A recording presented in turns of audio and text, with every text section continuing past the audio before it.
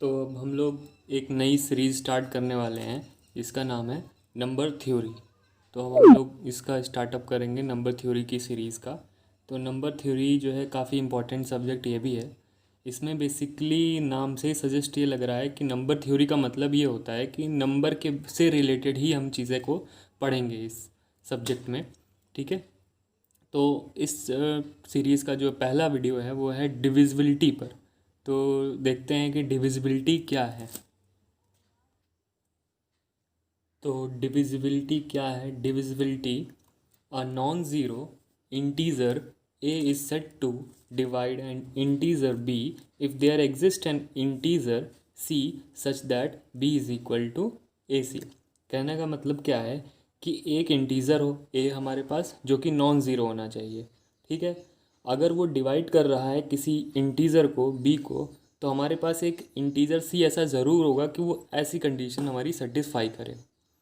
और इसका जो नोटेशन होता है वो इस तरीके से होता है कि a डिवाइड्स b, या किसी लाइन में ये स्लैश होता है और किसी किसी बुक में ये स्ट्रेट होती है लाइन, a डिवाइड्स b। ठीक है। इसको कंफ्यूज नहीं करेंगे क्योंकि जो हमारे बेसिक मैथमेटिक्स हम लोग पढ़ते आ रहे हैं स्कूलों में, वो इसका मतलब ये होता है कि a और ये अपॉन b, ये नहीं है। ये कह रहा है कि a b को डिवाइड कर रहा है।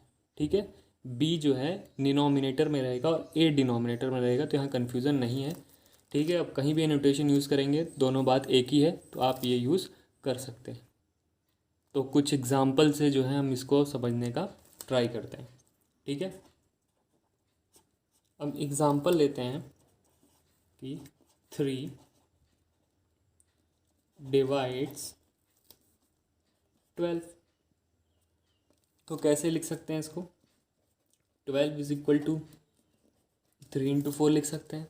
अब इस डेफिनेशन को वापस देखते हैं कि एक नॉन ज़ीरो इंटीज़र a जो कि हमारा है 3, वो डिवाइड करेगा किसी इंटीज़र b को, जिसको डिवाइड करना है किसको? 12 को। तो उसके लिए हमारे पास एक इंटीज़र c ज़रूर होगा कि ऐसी कंडीशन सेटिस्फाई करे, और हमारे पास इस केस में c है वो 4।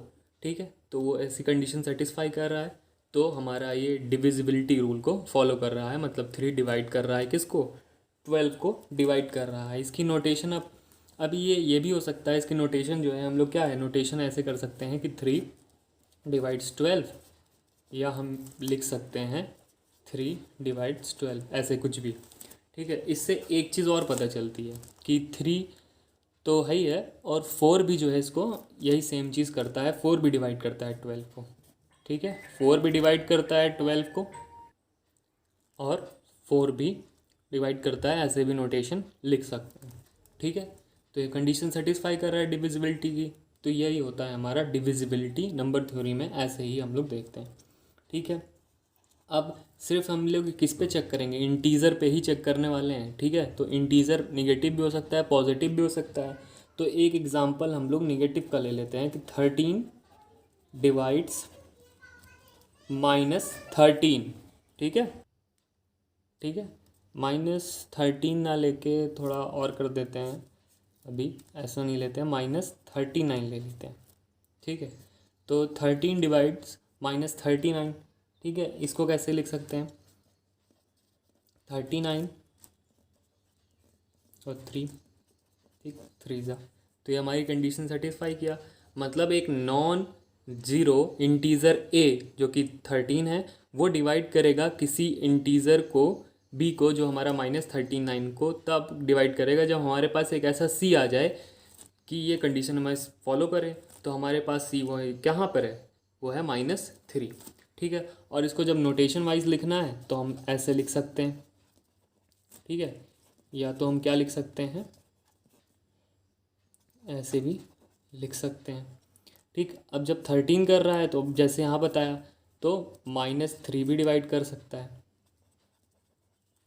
ठीक है। और ऐसी भी नोटेशन हम यूज़ कर सकते हैं। ठीक है। कन्फ्यूज़न नहीं होनी चाहिए नोटेशन में। ठीक है। अब हम बात करेंगे कि डिविजिबिलिटी जो होती है उसकी क्या क्या प्रॉपर्टीज़ होती हैं। हम प्रॉपर्टीज़ को अब देखेंगे।